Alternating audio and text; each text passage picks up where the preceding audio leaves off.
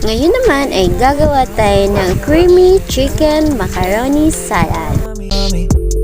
Yeah, you got that yummy, yum, that yummy, yum, that yummy, yum. Say the word on my way, yeah, babe, yeah, babe, yeah.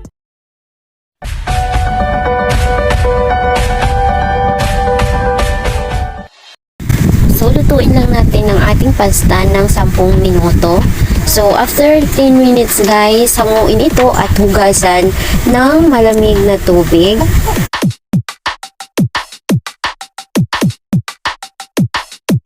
Ihanda na rin ang ating mga pangsahog tulad ng shredded chicken, ham, bell pepper, carrots, celery, white onion, pasas, cheese, and pineapple.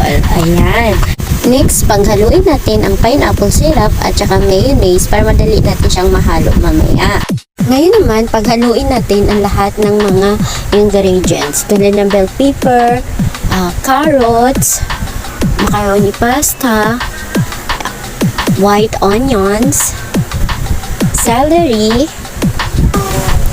ham, at ang ating shredded chicken. Yung ginamit ko dito is yung fried chicken and Jollibee kasi may tira kami. So, pwede din yung mga pinakaluan na breast chicken. Ayan, himayin nyo lang. Tapos, ilagay na din natin ang pasas.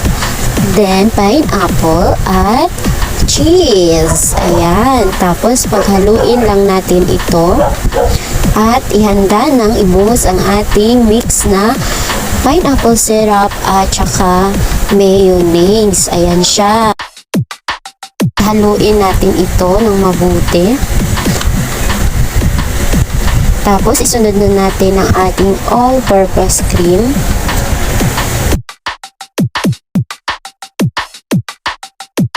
Maglagay ng konting asin at saka paminta. At haluin ito ng mabuti. At kaunting condensed milk, mga 3 kutsara lang para panimbang may tamis at kunting alat din ang ating chicken macaroni. Tara! Ready to serve na ang ating creamy chicken macaroni salad. Thank you for watching!